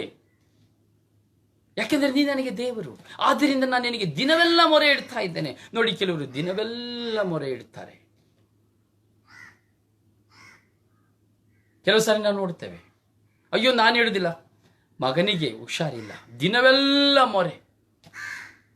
ಹೆಂಡತಿಗೆ ಹುಷಾರಿಲ್ಲ, ಪ್ರಾಣಕ್ಕಿಂತ ಪ್ರೀತಿಸುವಂತ ಗಂಡ ಹೆಂಡತಿರು ದಿನವೆಲ್ಲ ಮೊರೆ ಹೋಗ್ತಾರೆ. ತಾಯಿಗೆ ಹುಷಾರಿಲ್ಲ, ದಿನವೆಲ್ಲ ಮೊರೆ ಹೋಗ್ತಾರೆ. ಕೆಲಸ ಸಿಕ್ಕಬೇಕು, ದಿನವೆಲ್ಲ ಮೊರೆ ಇಕ್ತೇವೆ. ಮದುವೆ ಆಗ್ಬೇಕು, ದಿನವೆಲ್ಲ ಮೊರೆ ಇಕ್ತೇವೆ. ಮಕ್ಕಳಾಗಬೇಕು, ದಿನವೆಲ್ಲ ಮೊರೆ ಇಕ್ತೇವೆ. ವೀಸಾ ಸಿಕ್ಕಬೇಕು, ದಿನವೆಲ್ಲ ಮೊರೆ, ಎಲ್ಲದಕ್ಕೂ ದಿನವೆಲ್ಲ ಮೊರೆ ಇಕ್ತಾ ಇದ್ದೇವೆ. ಆದರೆ ದೇವರ ಸಾಮ್ರಾಜ್ಯಕ್ಕಾಗಿ ದಿನವೆಲ್ಲ ಮೊರೆ ಹೋಗ್ತಾ ಇರುವವರು ಎಷ್ಟು ಜನ ಇವತ್ತು? ಪ್ರಭುವಿಗೆ ಸಾಕ್ಷಿಯಾಗಿ ಜೀವಿಸಲು ದಿನವೆಲ್ಲ ಮೊರೆ ಇಡ್ತಾ ಇರುವವರು ಎಷ್ಟು ಜನ ನಾವು? ಕ್ರಿಸ್ತನ ಅನುಯಾಯಿಗಳಾಗಿ ಬಾಳಲು ದಿನವೆಲ್ಲ ಮೊರೆ ಇಡ್ತಾ ಇರೋರು ಎಷ್ಟು ಜನ ನಾವು? ಪರಿಶುದ್ಧತೆಯ ಜೀವನಕ್ಕಾಗಿ ದಿನವೆಲ್ಲ ಮೊರೆ ಇಡ್ತಾ ಇರೋರು ಎಷ್ಟು ಜನ ನಾವು? ಕೆಟ್ಟದನ್ನು ಬಿಟ್ಟು ಬಿಡುವುದಕ್ಕಾಗಿ ದಿನವೆಲ್ಲ ಮೊರೆ ಇಡ್ತಾ ಇರೋರು ಎಷ್ಟು ಜನ ನಾವು? ಪಶ್ಚಾತ್ತಾಪದ ಜೀವನದಲ್ಲಿ ದೇವರನ್ನ ಕಂಡುಕೊಳ್ಳಲು ದಿನವೆಲ್ಲ ಮೊರೆ ಇಡ್ತಾ ಇರೋರು ಎಷ್ಟು ಜನ ನಾವು? ಹೊಸ ಮನುಷ್ಯರಾಗಿ ಜೀವಿಸಲು ದಿನವೆಲ್ಲ ಮೊರೆ ಇಡ್ತಾ ಇರೋರು ಎಷ್ಟು ಜನ ನಾವು? ಕ್ರಿಸ್ತಾಂಬರನಾಗಿ ಜೀವಿಸಲು ದಿನವೆಲ್ಲ ಮೊರೆ ಇಡ್ತಾ ಇರುವಂತವ್ರು ಎಷ್ಟು ಜನ ನಾವು? ಲೋಕದ ಅವಶ್ಯಕತೆಗಳಿಗಾಗಿ ಮಾತ್ರ ನಾವು ದಿನವೆಲ್ಲ ಮೊರೆ ಇಡ್ತಾ ಇದ್ದೇವೆ. ಸ್ಥಾನಮಾನಗಳಿಗಾಗಿ ಮೊರೆ ಇಡ್ತಾ ಇದ್ದೇವೆ. ಹಣ ಆಸ್ತಿಗಾಗಿ, ಅಂತಸ್ತಿಗಾಗಿ ಮೊರೆ ಇಡ್ತಾ ಇದ್ದೇವೆ. ಕ್ರಿಸ್ತನನ್ನು ಅರಿತುಕೊಳ್ಳುವುದಕ್ಕಾಗಿ ಆಗಲಿ, ಸತ್ಯವನ್ನು ಪ್ರಾರ್ಥಿಸುವುದಕ್ಕಾಗಿ ಆಗಲಿ, ಕರುಣೆ ತೋರಿಸುವುದಕ್ಕಾಗಿ ಆಗಲಿ, ವಿಶ್ವಾಸದ ಜೀವನದಲ್ಲಿ ಜೀವಿಸುವುದಕ್ಕಾಗಿ ಆಗಲಿ ನಾವು ಮೊರೆ ಇಡ್ತಾ ಇಲ್ಲ. ಇಡ್ತಾ ಇರುವುದು ಬೆರಳೆಣಿಕೆಯಲ್ಲಿ, ಆದರೆ ಆ ಬೆರಳೆಣಿಕೆಯಲ್ಲಿ ನಾನಿದ್ದೇನಾ ಎಂಬುದು ಪ್ರಶ್ನಾರ್ಥಕ ಚಿಹ್ನೆಯಾಗಿ ನಮ್ಮಲ್ಲಿರಬೇಕು. ಹೌದು ಪ್ರಿಯರೇ, ವಾಕ್ಯ ಸುಮ್ಮನೆ ಇಲ್ಲ. ನೀ ನನಗೆ ದೇವರು, ಹೌದು ಸ್ವಾಮಿ, ಕರುಣಿಸೆನ್ನನು, ದಿನವೆಲ್ಲ ಪ್ರಭು ನಿನಗೆ ಮೊರೆ ಇಡುವನು. ನೀನು ದಿನವೆಲ್ಲ ಯಾವ ಒಳಿತಿನ ಕಾರ್ಯಕ್ಕಾಗಿ, ಪರಿರಿಗಾಗಿ, ಪರರ ಮೇಲೆ ದೇವರು ಕರುಣೆ ತರುವುದಕ್ಕಾಗಿ ನೀನು ಮೊರೆ ಇಡುತ್ತೀಯೋ ಅವೆಲ್ಲವುಗಳಿಗೂ ನಿನಗೆ ಉತ್ತರ ಸಿಗುತ್ತದೆ, ನನಗೆ ಉತ್ತರ ಸಿಕ್ಕುತ್ತದೆ. ನಮ್ಮ ಅವಶ್ಯಕತೆಗಳಿಗಾಗಿ ಮೊರೆ ಇಡುವುದಲ್ಲ ಪ್ರಿಯರೇ. ನಮ್ಮ ಅವಶ್ಯಕತೆಗಳು ದೇವರಿಗೆ ನಾವು ಪ್ರಾರ್ಥಿಸುವುದಕ್ಕೆ ಮುಂಚಿತವಾಗಿಯೇ ಚೆನ್ನಾಗಿ ಗೊತ್ತುಂಟು. ಈ ವಾಕ್ಯದ ವಿಶ್ವಾಸ ನಮಗೆ ಇನ್ನೂ ಬಂದಿಲ್ಲ. ಇನ್ನೂ ನಮಗೆ ವಿಶ್ವಾಸ ಇಲ್ಲ. ಈ ವಾಕ್ಯದಲ್ಲಿ ಇನ್ನೂ ನಮಗೆ ವಿಶ್ವಾಸ ಬಂದಿಲ್ಲ. ನಾನು ಪ್ರಾರ್ಥಿಸುವುದಕ್ಕೆ ಮುಂಚಿತವಾಗಿಯೇ ನನ್ನ ಅಂತರಾಳದಲ್ಲಿರುವುದನ್ನು ದೇವರು ಅರಿತಿದ್ದಾರೆ, ನಾನು ಮೊರೆ ಇಡುವುದಕ್ಕೆ ಮುಂಚಿತವಾಗಿಯೇ ನನ್ನಲ್ಲಿರುವುದನ್ನು ದೇವರು ಅರಿತಿದ್ದಾರೆ ಎಂಬಂತ ವಿಶ್ವಾಸ ಇನ್ನೂ ನಮಗೆ ಬಂದಿಲ್ಲ. ಈ ವಿಶ್ವಾಸ ಯಾವಾಗ ನಮ್ಮಲ್ಲಿ ಬರುತ್ತದೋ ಅಲ್ಲಿ ತನಕ ನಮಗೆ ರಕ್ಷಣೆಯನ್ನ ಕಂಡುಕೊಳ್ಳಿಕ್ಕೆ ಸಾಧ್ಯವಿಲ್ಲ. ಅದೇ 16ನೇ ವಾಕ್ಯದಲ್ಲಿ ನಾವು ನೋಡ್ತೇವೆ, 86ನೇ ಅಧ್ಯಾಯ 16ನೇ ವಾಕ್ಯದಲ್ಲಿ, ಕಟಾಕ್ಷವಿಟ್ಟು ಕರುಣಿಸೆನ್ನನು, ನೀಡು ನಿನ್ನ ದಾಸನಿಗೆ ಬಲವನ್ನ. ಕಟಾಕ್ಷವಿಟ್ಟು ಕರುಣಿಸು, ನೀಡು ನಿನ್ನ ದಾಸನಿಗೆ ಬಲವನ್ನ. ಪ್ರಿಯರೇ, ಬಲವನ್ನು ಪಡೆಯುವುದಕ್ಕಾಗಿ ನಾವು ದೇವರಲ್ಲಿ ಪ್ರಾರ್ಥಿಸಬೇಕು. ಈ ಲೋಕವನ್ನು ಜಯಿಸುವ ಬಲವನ್ನು ಪಡೀಲಿಕ್ಕೆ, ಶೋಧನೆಯನ್ನು ಜಯಿಸುವ ಬಲವನ್ನು ಪಡೀಲಿಕ್ಕೆ, ಪಾಪವನ್ನು ಬಿಟ್ಟು ಬಿಡುವಂತಹ ಬಲವನ್ನು ಜಯಿಸಲಿಕ್ಕೆ, ಕೆಟ್ಟದ್ದನ್ನು ಬಿಟ್ಟು ಸನ್ಮಾರ್ಗದಲ್ಲಿ ನಡೆಯಲು ಬಲವನ್ನ, ದೇವರನ್ನ ಕಂಡುಕೊಳ್ಳುವ ಬಲವನ್ನ, ಮತ್ತೊಬ್ಬರ ಮೇಲೆ ಕರುಣೆ ತೋರಿ, ನಿಂದೆ, ದೂಷಣೆ, ಅಪಮಾನಗಳು ಏನೇ ಬಂದರೂ ಅವುಗಳೆಲ್ಲವನ್ನ ಸಹಿಸಿ ಮುನ್ನಡೆಯಲು ಬಲವನ್ನು ಕೊಡಿ ಎಂಬುದಾಗಿ ನಾವು ಪ್ರಾರ್ಥಿಸಬೇಕು. ಪ್ರಿಯರೇ, ದೇವರ ವಾಕ್ಯ ಜೀವಂತ ವಾಕ್ಯ. ಈ ಜೀವಂತ ವಾಕ್ಯದಲ್ಲಿ ನಾವು ಒಂದಾಗಿ ಜೀವಿಸ್ತಾ ಇದ್ದೇವೆ. ಪ್ರಿಯರೇ, ನೋಡಿ, ನಾವು 1 ಯೋಹಾನನಿಗೆ ಬರೆದ ಪತ್ರದಲ್ಲಿ ನಾವು ನೋಡುತ್ತೇವೆ, ಸಂಪತ್ತುಳ್ಳ ಒಬ್ಬನು ಕುಂದು ಕೊರತೆಯುಳ್ಳಂತಹ ಒಬ್ಬನ ಮೇಲೆ ತನ್ನ ಸಹೋದರನ ಕಂಡೂ ಸಹ ಮನಸ್ಸು ಕರಗದಿದ್ದರೆ ಅವನಲ್ಲಿ ದೇವರ ಪ್ರೀತಿ ಹೇಗೆ ತಾನೇ ನೆಲೆಸಲಿಕ್ಕೆ ಸಾಧ್ಯ? ನಿನಗೆ ಹಣ ಉಂಟು, ಆಸ್ತಿ ಉಂಟು, ಅಂತಸ್ತು ಉಂಟು, ಬ್ಯಾಂಕ್ ಬ್ಯಾಲೆನ್ಸ್ ಉಂಟು, ಎಲ್ಲ ಉಂಟು. ಆದರೆ ನಿನ್ನ ಸಹೋದರ ಒಬ್ಬ ಕುಂದು ಕೊರತೆಯಲ್ಲಿದ್ದಾನೆ. ನಿನ್ನ ಸಹೋದರ ಒಬ್ಬ ಏನೂ ಇಲ್ಲದ ದಾರಿದ್ರ್ಯನಾಗಿದ್ದಾನೆ. ಅಣ್ಣ ತಮ್ಮಂದಿರೇ ಆಗಬಹುದು, ಅಕ್ಕ ತಂಗಿರೇ ಆಗಬಹುದು, ಅಕ್ಕಪಕ್ಕದಲ್ಲಿರುವವರೇ ಆಗಬಹುದು, ಯಾರೇ ಆಗಬಹುದು. ನಿನಗೆ ಲೋಕದಲ್ಲಿ ಸುಖ ಸಂಪತ್ತು ಎಲ್ಲ ಇದು, ಕಾರು, ಬಂಗಲೆ, ಬ್ಯಾಂಕ್ ಬ್ಯಾಲೆನ್ಸು, ಸ್ಟೇಟಸ್ಟು ಒಳ್ಳೆದು, ಕೋಟಿ ಕೊಡಿತಾ ಇರ್ಬೋದು, ಲಕ್ಷಗಟ್ಟಲೆ ಕೊಡಿತಾ ಇರ್ಬೋದು. ಆದರೆ ನಿನ್ನ ಸ್ವಂತ ಸಹೋದರನ ಮೇಲೆ, ಸಹೋದರಿಯ ಮೇಲೆ, ಅಥವಾ ನಿನ್ನ ಮುಂದೆ ಇರುವಂತಹ ಸಹೋದರನ ಸಹೋದರಿಯ ಮೇಲೆ ಅವನ ಕುಂದು ಕೊರತೆಗಳನ್ನು ಕಂಡಾಗಲೂ ಸಹ ನಿನ್ನ ಮನಸ್ಸು, ನನ್ನ ಮನಸ್ಸು ಕರಗದಿದ್ದರೆ ಅವನಲ್ಲಿ, ನಿಮ್ಮಲ್ಲಿ ದೇವರ ಪ್ರೀತಿ ಹೇಗೆ ತಾನೇ ಇರಲು ಸಾಧ್ಯ? ಮನಸ್ಸು ಕರಗದಿದ್ದರೆ ಹೇಗೆ ದೇವರ ಪ್ರೀತಿ ಇದೆ ಎಂದು ಹೇಳಲಿಕ್ಕೆ ಸಾಧ್ಯ? ಹೇಗೆ ಪವಿತ್ರಗಂತ ನಿನ್ನ ಬೈಬಲ್ ಇಟ್ಕೊಂಡು ನಾನು ವಿಶ್ವಾಸಿ ಎಂದು ಸಾರುವುದಕ್ಕೆ ಸಾಧ್ಯ? ಸಾಧ್ಯವಿಲ್ಲ, ಸಾಧ್ಯವಿಲ್ಲ. Praise the Lord, praise the Lord, praise the Lord, praise the Lord, praise the Lord. ಪ್ರಿಯರೇ, ಇನ್ನೊಂದು ಗೌಪ್ಯವಾದ ಆಳವಾದಂತಹ ಒಂದು ವಾಕ್ಯವನ್ನು ನಾವು ಕೊನೆಯಲ್ಲಿ ಧ್ಯಾನಿಸ್ತೇವೆ. ಈಗ ಕೊನೆಯದಾಗಿ ಧ್ಯಾನಿಸುವಂತಹ ವಾಕ್ಯ, ದೇವರ ಪ್ರೀತಿ, ದೇವರ ಕರುಣೆ ಎಷ್ಟು ಅಮೂಲ್ಯವಾದದ್ದು ಎಂಬುದಾಗಿ ನಾವು ಯೋಚಿಸಬೇಕು. ನೋಡಿ, ದೇವರು ಯಹೂದಿಗಳನ್ನು ಆರಿಸಿಕೊಂಡು, ಯಹೂದ್ಯ ಜನಾಂಗವನ್ನು ಆರಿಸಿಕೊಂಡರು. ಆ ಯಹೂದ್ಯ ಜನಾಂಗದಲ್ಲಿ ಪ್ರಭು ಯೇಸು ಕ್ರಿಸ್ತರನ್ನು ಆರಿಸಿಕೊಂಡರು. ದಾವೀದನ ಚಿಗುರಾಗಿ, ದಾವೀದನ ವಂಶದಲ್ಲಿ, ಯಹೂದ್ಯರಲ್ಲಿ ಯೇಸು ಸ್ವಾಮಿ ದೇವರು ಆರಿಸಿಕೊಂಡರು. ಯಹೂದ್ಯ ಜನಾಂಗದಿಂದ ಮಾತ್ರವಲ್ಲ ಪ್ರಿಯರೇ, ಇತರರ ಜನಾಂಗದಿಂದಲೂ ಕರೆಯಲಾಗಿರುವಂತಹ ನಾವು ಏನಾಗಿದ್ದೇವೆ ಗೊತ್ತುಂಟಾ? ಎಷ್ಟು ಚಂದ ವಾಕ್ಯ ಗೊತ್ತುಂಟಾ? ಇತರ ಜನಾಂಗದಿಂದಲೂ ಕರೆಯಲಾಗಿರುವಂತಹ ನಾವೇ ಅವರಿಗಿಂತ ಶ್ರೇಷ್ಠರು, ಯಹೂದ್ಯಗಿಂತ ಶ್ರೇಷ್ಠರು ಎಂಬುದಾಗಿ ವಾಕ್ಯದಲ್ಲಿ ಪ್ರಕಟಿಸುತ್ತದೆ. ಕರುಣೆಯ ಕುಡಿಕೆಗಳು ಎಂಬುದಾಗಿ, ದೇವರ ಕರುಣೆಯ ಕುಡಿಕೆಗಳು ನಾವು. ಯಹೂದ್ಯರ ಜನಾಂಗದಿಂದ ಮಾತ್ರವಲ್ಲ, ಇತರ ಜನಾಂಗದಿಂದಲೂ ಕರೆಯಲಾಗಿರುವ ನಾವೇ ಈ ಕರುಣೆಯ ಕುಡಿಕೆಗಳು, ಕರುಣೆ ತುಂಬಿರುವ ಪಾತ್ರೆಗಳು. ನಮ್ಮ ಹೃದಯದಲ್ಲಿರುವಂತಹ ಕರುಣೆಯನ್ನ ಪರರಿಗೆ ನಾವು ತೋರ್ಪಡಿಸುವರು. ಒಳ್ಳೆಯ ಸ್ನೇಹಿತನಾಗಿ ನಾವು ನೋಡ್ತೇವೆ. ಜೆರಿಕೋದಿಂದ ಪ್ರಯಾಣ ಮಾಡುವ ನಾವು ನೋಡುತ್ತೇವೆ. ಅವನನ್ನು ಅರ್ಧ ರಸ್ತೆಯಲ್ಲಿ ಅವನನ್ನು ಒಡಿದು ಬಡಿದು ಅವನಲ್ಲಿರುವುದನ್ನು ಕಿತ್ತು ಅವನನ್ನು ಗಾಯ ಮಾಡಿ ರಸ್ತೆಯಲ್ಲಿ ಬಿಟ್ಟು ಹೋದರು. ಆದರೆ ಯಾರೋ ಒಬ್ಬ ಮನುಷ್ಯ, ಗುರುತಿಲ್ಲದ ಮನುಷ್ಯ, ಅವನನ್ನು ಕರೆದುಕೊಂಡು ಹೋಗಿ ಛತ್ರಕ್ಕೆ ಸೇರಿಸಿ ಅವನ ಕೈಯಲ್ಲಿರುವ ಹಣವನ್ನು ಕೊಟ್ಟು ದ್ರಾಕ್ಷಾರಸವನ್ನು ಅವನ ಮೇಲೆ ಸುರಿದು ಗಾಯ ಕಟ್ಟಿ, ಒಳ್ಳೆಯ ಮಿತ್ರನಂತೆ, ಕರುಣೆಯ ಕುಡಿಕೆ, ಕರುಣೆಯ ಹೃದಯವುಳ್ಳ ಮನುಷ್ಯ. ಹೀಗೆ ನಮ್ಮಲ್ಲಿಯೂ ಸಹ ದೇವರು ಕರುಣೆಯನ್ನು ಕೊಟ್ಟಿದ್ದಾರೆ. ಎಜೆಕೀಯೇಲನ ಪುಸ್ತಕದಲ್ಲಿ ಹೇಳುವಾಗ 26ನೇ ಅಧ್ಯಾಯದಲ್ಲಿ ಕಲ್ಲಾದ ಹೃದಯವನ್ನು ತೆಗೆದು ಮಾಂಸದ ಹೃದಯವನ್ನ ನಮಗೆ ಕೊಡುತ್ತೇನೆ ಎಂದು ಹೇಳಿದಂತೆ ನಮಗೆ ಮಾಂಸದ ಹೃದಯವನ್ನು ಕೊಟ್ಟಿದ್ದಾರೆ, ಕರುಣೆಯ ಹೃದಯವನ್ನು ಕೊಟ್ಟಿದ್ದಾರೆ. ಪ್ರಿಯರಿಗಿರುವಾಗ ನಾವು ಕರುಣೆಯುಳ್ಳವರಾಗಿ ನಾವು ಜೀವಿಸಬೇಕು. ಪ್ರಭು ನಿನಗೆ ಮೊರೆ ಇಡಲು ಕರುಣಿಸುವನು ಸದುತ್ತರವನು. ಸರ್ವೇಶ್ವರ ನಿನಗೆ ಕೃಪೆ ತೋರಬೇಕೆಂದು ಕಾದಿರುತ್ತಾರೆ, ನಿನ್ನನ್ನು ಕರುಣಿಸಲು ಎದ್ದು ನಿಂತಿದ್ದಾರೆ ಎಂಬಂತ ಯೆಶಾಯನ ಪುಸ್ತಕ 30ನೇ ಅಧ್ಯಾಯ 18ನೇ ವಾಕ್ಯಕ್ಕೆ ನಾವು ಶಿರಬಾಗೋಣ. ನಮ್ಮ ಕಣ್ಣುಗಳನ್ನು ಮುಚ್ಚೋಣ, ಪ್ರಾರ್ಥಿಸೋಣ. ಅಪ್ಪ ತಂದೆ, ನಿಮಗೆ ಸ್ತೋತ್ರ ಸ್ವಾಮಿ ದೇವ.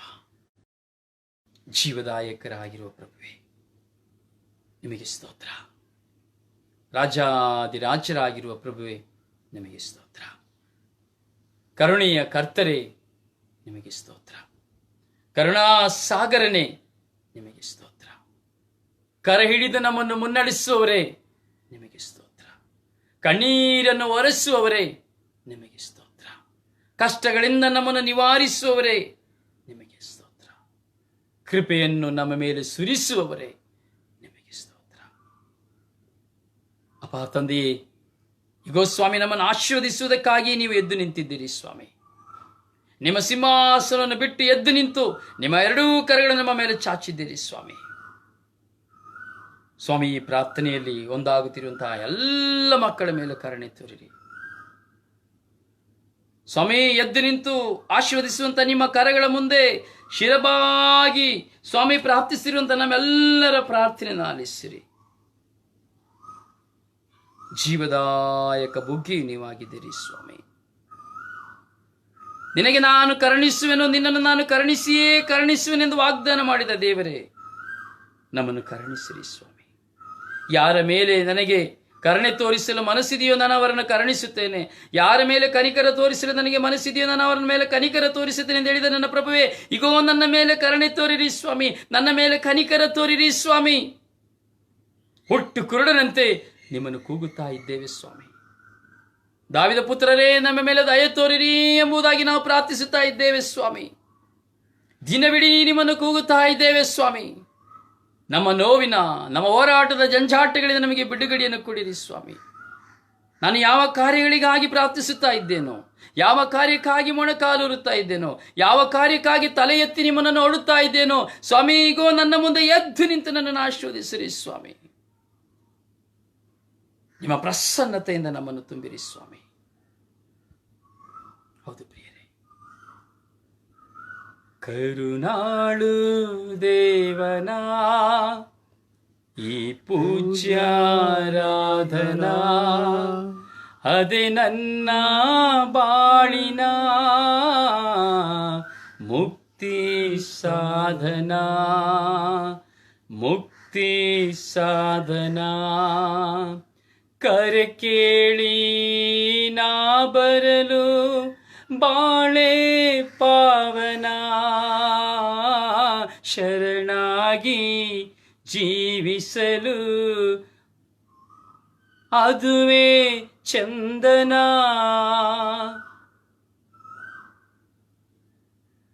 ಹೌದು ಸ್ವಾಮಿ, ಕರುಣಿಸಿರಿ ಸ್ವಾಮಿ. ಸ್ವಾಮಿ, ಕರುಣಾಳು ಪ್ರಭುವೇ, ಕರುಣಿಸಿರಿ ಸ್ವಾಮಿ. ನಿಮ್ಮನ್ನು ಆರಾಧಿಸುತ್ತೇವೆ ಸ್ವಾಮಿ, ನಿಮ್ಮನ್ನು ಸ್ತುತಿಸುತ್ತೇವೆ ಸ್ವಾಮಿ. ಕರುಣಿಸಿರಿ ಸ್ವಾಮಿ. ಇಡೀ ವಿಶ್ವದ ಮೇಲೆ ಕರುಣೆ ತೋರಿರಿ ಸ್ವಾಮಿ. ಇಡೀ ವಿಶ್ವದ ಜನಾಂಗದ ಮೇಲೆ ಕರುಣೆ ತೋರಿರಿ ಸ್ವಾಮಿ. ರೋಗಾವಸ್ಥೆಗಳಲ್ಲಿ, ಮರಣಾವಸ್ಥೆಗಳಲ್ಲಿ ಕಂಗಾಲಿಯಾಗಿ ಹೋಗಿರುವ ಜನತೆಯ ಮೇಲೆ ಕರುಣೆ ತೋರಿರಿ ಸ್ವಾಮಿ. ಹಗಲು ರಾತ್ರಿ ಮರಣದ ಹೋರಾಟದಲ್ಲಿ, ಮರಣದ ಭಯದಲ್ಲಿ, ರೋಗಾವಸ್ಥೆಗಳಲ್ಲಿ ಸ್ವಾಮಿ ಜೀವನದ ಜಿಗುಪ್ಸೆಗಳನ್ನು ಸಹಿಸಲಾರದೆ ತತ್ತರಿಸಿ ಹೋಗಿರುವ ಇಡೀ ವಿಶ್ವದ ಮಾನವ ಕೋಟಿಯ ಮೇಲೆ ಕರುಣೆ ತೋರಿರಿ ಸ್ವಾಮಿ ದೇವ. ಅಂತೆಯೇ ನಮ್ಮ ಕುಟುಂಬಗಳ ಮೇಲೆ ಕರುಣೆ ತೋರಿರಿ. ನಮ್ಮ ಪತಿಯ ಮೇಲೆ, ಪತ್ನಿಯ ಮೇಲೆ, ಮಕ್ಕಳ ಮೇಲೆ, ಒಡ ಹುಟ್ಟಿದವರ ಮೇಲೆ, ಬಂಧು ಮಿತ್ರಾದಿಗಳ ಮೇಲೆ ಕರುಣೆ ತೋರಿರಿ. ನಮ್ಮ ವಿಚಾರಣೆಗಳ ಮೇಲೆ, ಎಲ್ಲ ಗುರುಗಳ ಮೇಲೆ, ಕನ್ಯಾಸ್ತ್ರೀಯರ ಮೇಲೆ, ಎಲ್ಲ ಸಭಾಪಾಲಕರು, ಪಾಸ್ಟರ್ಸ್ಗಳ ಮೇಲೆ, ಎಲ್ಲ ಧರ್ಮಾಧ್ಯಕ್ಷಗಳ ಮೇಲೆ, ಜಗದ್ಗುರು ಫ್ರಾನ್ಸಿಸ್ ಪೋಪ್ರವರ ಮೇಲೆ, ಇಡೀ ವಿಶ್ವದ ಭಕ್ತ ವಿಶ್ವಾಸಿಗಳ ಮೇಲೆ, ಎಲ್ಲ ಸಭೆಗಳ ಮೇಲೆ, ಕಥೋಲಿಕ ಧರ್ಮಸಭೆಯ ಮೇಲೆ, ಆಳುವವರ ಮೇಲೆ, ಅಧಿಕಾರಿಗಳ ಮೇಲೆ ಸ್ವಾಮಿ, ಇಡೀ ವಿಶ್ವದ ಮಾನವ ಕೋಟಿಯ ಮೇಲೆ ಕರುಣೆ ತೋರಿರಿ ಸ್ವಾಮಿ. ಪ್ರತಿಯೊಬ್ಬರು ನಿಮ್ಮ ಪರಿಶುದ್ಧ ರಕ್ತದ ಕಡಲಿನಲ್ಲಿ ಮುಳುಗಿಸುತ್ತಾ ನೀವು ನನ್ನನ್ನು ಕರುಣಿಸಿದ್ದೀರಿ ಎಂದು ವಿಶ್ವಾಸಿಸುತ್ತಾ, ಪಿತ್ತ ಸುತ್ತ ಪವಿತ್ರಾತ್ಮರ ನಾಮದಲ್ಲಿ ಪ್ರಾರ್ಥಿಸಿದ್ದೇನೆ ಜೀವನವುಳ್ಳ ತಂದೆಯೇ. ಆಮೇನ್, ಆಮೇನ್, ಆಮೇನ್. Praise the Lord, praise the Lord. ದೇವರು ನಿಮ್ಮೆಲ್ಲರ ಮೇಲೆ ಕರುಣೆ ತೋರಲಿ. ದೇವರು ನಮ್ಮೆಲ್ಲರನ್ನ ಆಶೀರ್ವದಿಸಲಿ. God bless you.